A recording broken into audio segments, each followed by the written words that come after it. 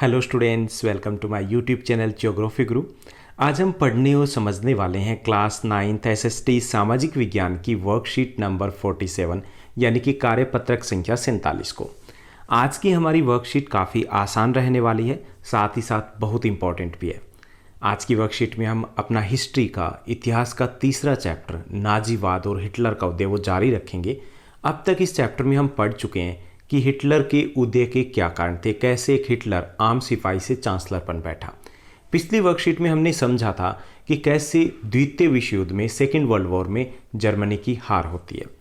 आज की वर्कशीट में हम इस चैप्टर का सबसे इंपॉर्टेंट पार्ट पढ़ने वाले हैं और वो है नाजीवाद क्या था, नाजी विचारधारा क्या थी। वास्तव में नाजी विचारधारा ही हिटलर की विचारधारा थी, यानी कि उनकी सोच क्या थी।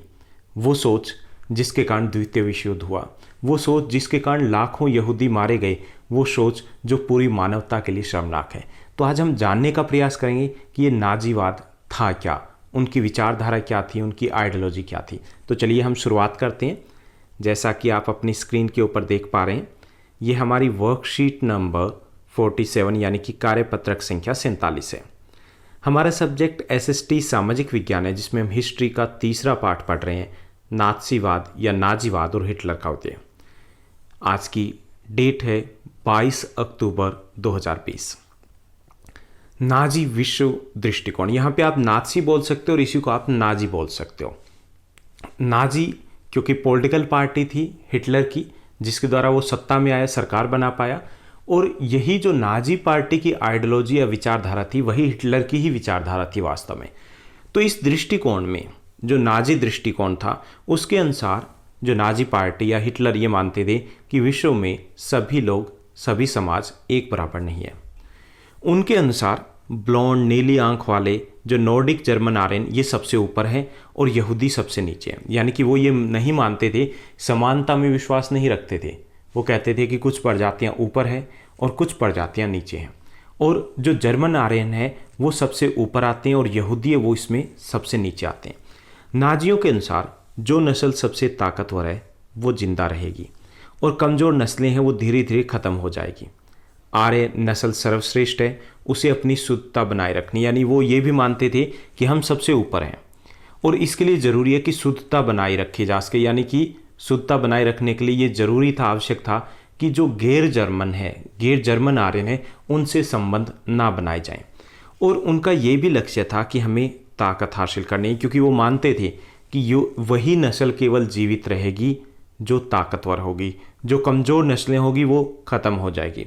और वो चाहते थे कि हम दुनिया पर, पूरी दुनिया पर अपना दबदबा बनाएं। यानी उनकी जो आइडियोलॉजी थी वो आइडियोलॉजी में ही युद्ध था। उनकी जो नीति थी, नीति में, विचार में ही युद्ध था। उनकी नीतियों में ही घृणा थी, नीतियों में ही नफरत थी, और यही कारण था कि यहूदी मारे जाते हैं और द्वितीय विश्व युद्ध हो जाता है। तो पहली चीज़ जो हमें समझनी है कि उनके जो दृष्टिकोण क्या था, विचारधारा क्या थी, कि वो ये मानते थे कि विश्व में सभी समाज एक समान नहीं है, और वो ये भी मानते थे कि जर्मन आर्यन है वो सबसे श्रेष्ठ हैं, सर्वश्रेष्ठ हैं, सबसे ऊपर हैं, और यहूदी सबसे नीचे हैं। साथ ही साथ वो ये मानते थे कि जो ताकतवर नस्लें हैं वो जिंदा रहेगी और जो कमज़ोर हैं वो ख़त्म हो जाएगी। इसलिए उनका जो फोकस था कि हमें ताकत हासिल करनी है, हमें शक्तिशाली बनना है और हमें पूरी दुनिया पर अपना दबदबा बनाना है। उनका ये मानना इसलिए भी था क्योंकि वो अपने आप को सर्वश्रेष्ठ समझते थे। न्यूरेमबर्ग नागरिकता अधिकार सितंबर 1935 एक नया कानून लेकर के आते हैं हिटलर। न्यूरेमबर्ग नागरिकता अधिकार एक तरीके से ये सिटीजन जो बिल था, जिसके तहत कि जर्मन नस्ल वाले व्यक्तियों को ही जर्मन नागरिकता और अधिकार मिलेंगे। यानी कि उन्होंने नागरिकता में संशोधन किया, जिसे हम बोलते हैं न्यूरेमबर्ग नागरिकता अधिकार सितंबर 1935। तो उसके अनुसार हिटलर ने ये बड़ा बदलाव किया कि जो जर्मन नस्ल के, जिनको वो शुद्ध मानते थे कि यही जर्मनी के निवासी हैं, कि उन्हीं को ही जर्मन नागरिकता मिलेगी और अधिकार मिलेंगे। यानी कि जो जर्मन नागरिक होंगे उन्हें ही जो अधिकार दिए जा रहे हैं वो अधिकार मिलेंगे। यहूदियों और जर्मनी के बीच विवाह संबंधों पर पाबंदी लगा दी गई, और इसके अलावा यहूदियों द्वारा राष्ट्रीय ध्वज फहराने पर पाबंदी लगा दी गई। यहूदी व्यवसायों का बहिष्कार किया गया, उन्हें नौकरियों से निकाला गया और यहूदियों की संपत्ति भी जब्त कर ली गई। यानी यहाँ पर जो दृष्टिकोण था, सिर्फ दृष्टिकोण यहाँ तक सीमित नहीं था कि जर्मन आर्य श्रेष्ठ है, और यहूदी सबसे नीचे हैं। ये दृष्टिकोण ये भी था कि जो सबसे नीचे हैं वो अवांछित हैं। अवांछित किनको मानते थे? अवांछित मतलब जिनको हम नहीं चाहते हैं, अवांछित अनडिजायरेबल जिनको कहते हैं। तो जो नाजी दृष्टिकोण था उसमें जर्मन आर्यन के अलावा सब बाकी सभी को अवांछित माना गया था, कि यानी कि वो अनडिजायरेबल है, वो धरती के ऊपर बोझ हैं, उनको यहाँ एटलीस्ट जर्मनी में नहीं रहना है, उनको नहीं रहने देंगे। तो इसके तहत लाखों जर्मन आर्यन भी मारे गए थे। वो लोग जो बीमार थे, वो लोग जो सशक्त नहीं थे, वो लोग जो विकलांग थे, उनको मारा गया। और साथ ही साथ जिप्सीज, यहूदी, इनको भी टारगेट किया गया। इनको पहले समाज से अलग किया गया, खुद से अलग किया गया, फिर समाज से अलग किया गया, फिर देश से अलग किया गया और उसके बाद इनको मार दिया गया। तो यहाँ पर जो नाजी आइडियोलॉजी थी उसी में ही घृणा थी, नफरत छिपा हुआ था। और इसी के तहत सबसे ज़्यादा जो शिकार होते हैं जर्मनी में, वो शिकार होते हैं यहूदी लोग। यहूदी लोग हैं, उनको टारगेट किया जाता है। इसका कारण ये भी था कि जर्मनी में यहूदी लोग थे, वो व्यापार में लगे हुए थे, उनके पास अच्छी धन संपदा थी और इसके कारण नेचुरली एक नफरत उनमें भरी हुई थी। और इसको और ज़्यादा भड़काया जाता है लोगों के बीच में, पाठ्यक्रम में बदलाव किया जाता है और जो मीडिया है उसका उपयोग किया जाता है ताकि उनके प्रति नफरत है वो भरी जा सके।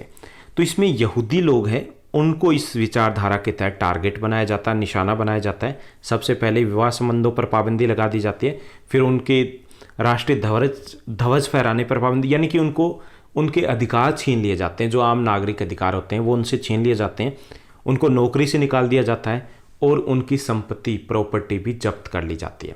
तो ये था नाजी दृष्टिकोण, जो इस बात पर आधारित था कि सभी नस्लें एक बराबर नहीं होती, कुछ नीचे हैं, कुछ ऊपर है और सबसे टॉप पर है जर्मन आर्यन।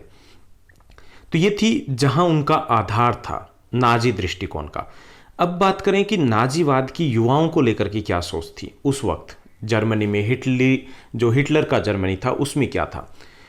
हिटलर का ये मानना था कि एक शक्तिशाली जो नाजी समाज है उसकी स्थापना के लिए बच्चों में नाजी विचारधारा का होना बेहद जरूरी है। यानी हिटलर बहुत दूर की सोच रहा था।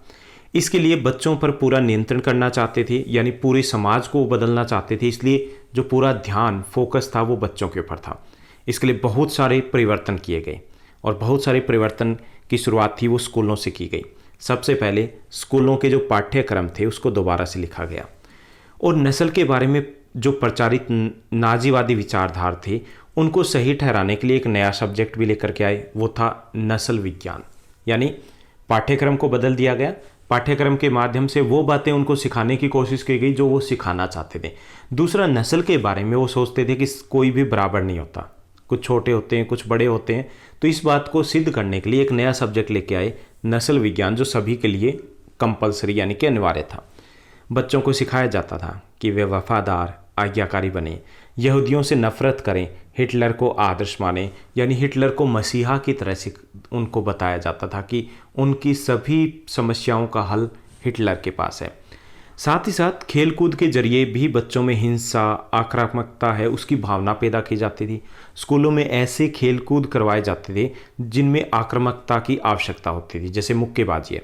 मुक्केबाजी का प्रशिक्षण बच्चों को फौलादी दिल वाला, ताकतवर और मर्दाना बना सकता है, ऐसा हिटलर का मानना था। तो काफ़ी कुछ जो बच्चों के कोमल मन है उनमें ये विचार ठूस ठूस के भरने की कोशिश की गई कि यहूदी है वो हमारे शत्रु हैं, कि हिटलर है वो हमारे मसीहा है। और साथ ही साथ स्कूली पाठ्यक्रम को बदला गया और जो नस्ल विज्ञान है एक नया विषय भी शामिल किया गया। साथ ही साथ खेल कूद में भी आक्रामक खेल है जैसे मुक्केबाजी इत्यादि को शामिल किया गया। इसके अलावा बच्चों के लिए कुछ संगठनों को ज्वाइन करना, उनमें शामिल होना भी अनिवार्य कर दिया गया ताकि उनको बचपन से ही ट्रेनिंग दी जा सके, स्कूल के साथ ही ट्रेनिंग दी जा सके, उनको नाची विचारधारा का समर्थक बनाया जा सके। जैसे 10 वर्ष की उम्र में जर्मन बच्चों को युंग फोक एक संगठन था, इसका सदस्य बनाया जाता था और उनको ट्रेनिंग दी जाती थी। साथ में उनका ब्रेन वॉश कह सकते हैं, माइंड था, उसको वॉश किया जाता था कि आपको ये सब कुछ करना है भविष्य में। उसके बाद जब 14 वर्ष के हो जाते थे, 14 वर्ष से बड़े लड़कों को हिटलर यूथ जो संगठन था उसमें शामिल होना पड़ता था और उसमें नाजी राष्ट्रीय समाजवाद की भावना भरी जाती थी। ओके, यानी कि 10 वर्ष की उम्र में युंग फोंग और 14 वर्ष के बाद हिटलर यूथ है उसको ज्वाइन करना पड़ता था। अब इन संगठनों में क्या सिखाया जाता था, वही चीज़ें सिखाई जाती थी जो स्कूलों में सिखाई जाती थी, उसको और ज़्यादा कन्फर्म किया जाता, जैसे युद्ध की उपासना, कि युद्ध को पूजा कीजिए, युद्ध ही सब कुछ है, कि लड़ेंगे तो हम आगे बढ़ेंगे। उनको आक्रामकता सिखाई जाती थी, उनको हिंसा सिखाई जाती थी, लोकतंत्र की निंदा की जाती थी, और साथ ही साथ यहूदियों, कम्युनिस्टों, जिप्सियों और अवांछित लोग हैं उनसे घृणा का सबक सिखाते थे कि उनसे नफ़रत कीजिए। और क्यों नफ़रत कीजिए, उसका कारण इन कैंपों में, इन संगठनों में दिया जाता था। यानी कि वहाँ पर हिटलर के जो नाजीवाद में थे, जो बच्चे तैयार हो रहे थे, जो युवा तैयार हो रहे थे, उनमें नफ़रत भरी जाती थी, समाज के प्रति नफ़रत भरी जाती थी, यहूदियों के प्रति नफ़रत भरी जाती थी, बाकी देशों के प्रति, और इसका परिणाम द्वितीय विश्व युद्ध होना ही था। अब 18 वर्ष की उम्र में जब वो 18 वर्ष के हो जाते थे तो उन्हें लेबर सर्विस, श्रम सेवाएं, उसमें भी शामिल होना पड़ता था। इसके बाद उन्हें सेना में काम करना पड़ता था, किसी नाजी संगठन की सदस्या भी लेनी पड़ती थी। यानी कि उन्हें पहले से ही, बचपन से ही नाजीवाद का पाठ पढ़ा दिया जाता था, और उनकी सोच को इस तरीके से ब्रेन वॉश कर दिया जाता था कि वो किसी और के बारे में सोच ही नहीं पाते थे, या उनमें दया रह ही नहीं पाती थी। तो ये थी नाजी युवा सोच क्या थी, कि कैसे स्कूलों में और स्कूल के बाद युवाओं को बदला जाता था, उनको नाजी एक सिपाही के तौर पर तैयार किया जाता था। तो ये भी नाजी सोच का ही नतीजा था, और ये नाजी सोच किसकी थी, ये भी हिटलर की ही सोच थी। तो ये नाजी विचारधारा थी युवाओं के लिए। अब जो महिलाओं की बात करें या मदर की बात करें, माँ की बात करें, तो उनके लिए भी नाजी जो पार्टी थी या नाजीवाद था, उनकी अलग विचारधाराएं थी। तो महिलाओं के बारे में जो नाजी सोच थी, उसके अनुसार महिलाएं पुरुषों यानी मर्दों से भिन्न और कमतर होती है। वो ये मानते थे कि महिलाएं बराबर नहीं होती, बल्कि ये पुरुषों से अलग होती है और कमज़ोर होती है, इनकी बराबरी कभी भी संभव नहीं है। यानी कि वो बराबरी की तो बात कभी हो ही नहीं सकती थी। लड़कियों को कहा जाता था कि उनका फ़र्ज है एक अच्छी माँ बनना, शुद्ध आर्य रक्त वाले बच्चों को जन्म देना और उनका पालन पोषण करना। यानी कि ये उनके कार्य निश्चित किए गए थे उस वक्त। नस्ल की शुद्धता बनाए रखने, यहूदियों से दूर रहने, घर संभालने और बच्चों को नाजी मूल्यों की शिक्षा देने का दायित्व महिलाओं का था। हिटलर के अनुसार और नाजीवाद के अनुसार कि महिलाओं के क्या कार्य था कि एक अच्छी माँ बनना, शुद्ध आर्य रक्त वाले बच्चों को जन्म देना, उनका पालन पोषण करना, शुद्धता बनाए रखना, यहूदियों से दूर रहना, घर संभालना और बच्चों को नाजीवाद की शिक्षा देना। ये सब कुछ दायित्व, रिस्पॉन्सिबिलिटी, जिम्मेवारी महिलाओं की थी उस वक्त। हिटलर के अनुसार राज्य की सबसे महत्वपूर्ण नागरिक माँ होती है। हालांकि ये सिर्फ बात एक कथन तक ही सीमित थी। वास्तव में महिलाओं को अधिकार ही प्राप्त नहीं थे। उनको केवल घर की चार दीवारी में बंद करके रखा जाता था और उनसे उम्मीद की जाती थी कि वो बच्चों को बड़ा करें और बच्चों को नाजीवाद का पाठ पढ़ाएं। लेकिन जो नाजी जर्मनी में सारी माताओं के साथ एक जैसा व्यवहार नहीं था। जो औरतें नस्ली तौर पर अवांछित बच्चों को जन्म देती थी, अवांछित मतलब कि जिन माँ के बच्चे ऐसे लगता था कि इनकी चेहरे या ये नीली आंखों वाले जर्मन आर्यन नहीं है, उनको दंड दिया जाता था। ये माना जाता था कि ये शुद्ध जर्मन बच्चे नहीं है। और जबकि जो नस्ली तौर पर बच्चे वांछित दिखते थे, यानी कि जर्मन आर्यन की तरह ही दिखते थे, उनको इनाम भी दिए जाते थे। निर्धारित जो आचार संहिता यानी कि नियम निश्चित कर दिए गए थे। जो महिलाएं इन नियमों का पालन नहीं करती थी, यानी जैसे अवांछित बच्चों को जन्म दिया, तो उन महिलाओं को या फिर यहूदियों के साथ मेल जोल रखा, तो उन महिलाओं को सार्वजनिक तौर पर अपमानित किया जाता था, उनको कड़ा दंड भी दिया जाता था। तो इस तरीके की कठोर एक नाजीवाद विचारधारा थी, जिसको हम कह सकते हैं कि ये सनकीपन था हिटलर का। हिटलर सनकी था और सनक में वो कई फैसले लिए और उन्हीं फैसलों में से ये नाजी विचारधारा थी। नाजी विचारधारा जो युवाओं के लिए थी, नाजी विचारधारा जो माँ के लिए थी। तो ये थी हमारी आज की वर्कशीट, जिसका कंटेंट हमने समझा बहुत इंपॉर्टेंट है, क्योंकि इसमें अगर हम एग्जामिनेशन की बात करें तो काफ़ी बार पूछा जाता है नाजी विचारधारा क्या थी, यानी काफ़ी इंपॉर्टेंट क्वेश्चन है। और दूसरा होता है नाजी विचारधारा माँ के बारे में क्या कहती है, उनकी किस प्रकार की जिम्मेवारियाँ तय की गई थी।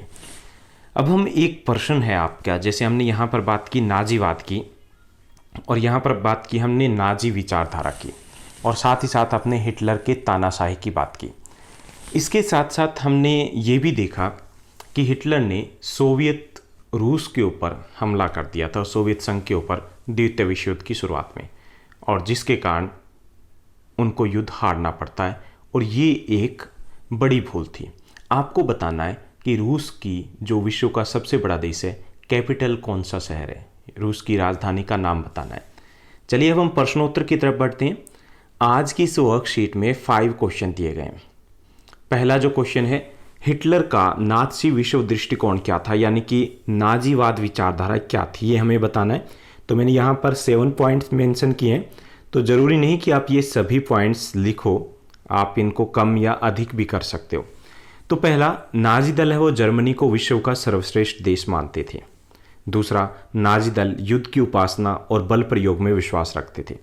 तीसरा, नाजियों की दृष्टि में जर्मन आर्यन सर्वश्रेष्ठ थे, सबसे ऊपर थे। चौथा, नाजीवाद के अनुसार जर्मन आर्यन के अलावा बाकी सभी अवांछनीय थे, जिनको जर्मनी में रहने का कोई अधिकार नहीं था। नाजीवाद के अनुसार केवल ताकतवर ही जिंदा रहेंगे, इसलिए बल बढ़ाने पर जोर दिया गया। नाजीवाद के अनुसार देश सर्वोपरि है, लोग देश के लिए न कि देश लोगों के लिए। नाजी एक देश, एक नागरिक और एक नेता में विश्वास रखते थे। तो ये थी मुख्य बातें जो नाजीवाद की थी। बहुत सारी बातें और भी है जो आप इनके साथ ऐड कर सकते हो या इनको आप रिप्लेस कर सकते हो, वो पॉइंट भी आप मेंशन कर सकते हो या लिख सकते हो। अब सेकंड क्वेश्चन की तरफ बढ़ते हैं। दूसरा जो क्वेश्चन है कि नाज़ी या नाजी सोच को अगली पीढ़ी में लाने के लिए हिटलर ने कौन कौन से कदम उठाए। तो पहला जो कदम उठाया गया कि स्कूली पाठ्यक्रम में बदलाव किया गया। पूरा जो स्कूली पाठ्यक्रम था उसमें बदलाव किया गया और उनमें शामिल किया गया जो वो पढ़ाना चाहते थे, जो वो बच्चों को सिखाना चाहते थे। दूसरा, स्कूलों में नस्ल विज्ञान नामक एक नया विषय वो शुरू किया गया। तीसरा, स्कूलों में बच्चों के सामने हिटलर को आदर्श के तौर पर यानी मसीहा के तौर पर पेश किया गया। चौथा, बच्चों में यहूदियों के प्रति नफरत भरी गई, उनके सामने यहूदियों का मजाक उड़ाया जाता था और उन्हें सिखाया जाता था कि हमारे सबसे बड़े दुश्मन है वो यहूदी है। पांचवा, बच्चों के लिए नाजी संगठनों में शामिल होना भी अनिवार्य था। उन्हें कई प्रकार के नाजी संगठनों में 10 वर्ष की उम्र के बाद, 14 के बाद और 18 के बाद अलग अलग संगठनों में शामिल होना पड़ता था। तो ये सब कुछ कदम उठाए गए थे ताकि वो नाजी सोच को आने वाली पीढ़ी में भर सके। उसके बाद तीसरा जो प्रश्न दिया गया है कि हिटलर के अनुसार महिलाओं की क्या क्या जिम्मेवारियां थी। तो हिटलर के अनुसार माँ की बहुत सारी जिम्मेवारियां थी। पहला कि जो महिलाएं हैं वो अच्छी माँ बने और शुद्ध आर्य बच्चों को जन्म दे। दूसरा, बच्चों को नाजीवाद की शिक्षा देना भी महिलाओं की जिम्मेवारी थी। तीसरा, उन्हें यहूदियों से संबंध रखने की मनाही थी। तो ये मुख्य तौर पर जिम्मेवारियां थी महिलाओं की। उसके बाद चौथा जो प्रश्न है वो है कि एक अच्छे समाज के निर्माण में विद्यालयों का क्या योगदान हो सकता है। एक जनरल क्वेश्चन दिया गया जिसको आप HOT बोलते हो, हाई ऑर्डर थिंकिंग स्किल का क्वेश्चन है। एक अच्छे समाज के निर्माण में विद्यालय की अहम भूमिका होती है। विद्यालय ईंट और गारे या ईंट और सीमेंट से बना हुआ भवन नहीं है, बल्कि व्यक्ति निर्माण की एक कार्यशाला या वर्कशॉप होती है। जैसा बीज हम विद्यालय में बच्चों के कोमल मन में बोते हैं, वैसी फसल भविष्य में तैयार होती है। किसी राष्ट्र या समाज को मजबूत करना हो तो इसकी शुरुआत विद्यालय से ही होती है। तो काफ़ी अहम जिम्मेवारी होती है विद्यालयों के पास। उसके बाद पांचवा और लास्ट क्वेश्चन है, ये भी एक जनरल क्वेश्चन है, high order thinking skill question है, जिसको आप HOT बोलते हो। यहाँ पे दिया गया है कि समाज में महिलाओं का स्थान महत्वपूर्ण होता है।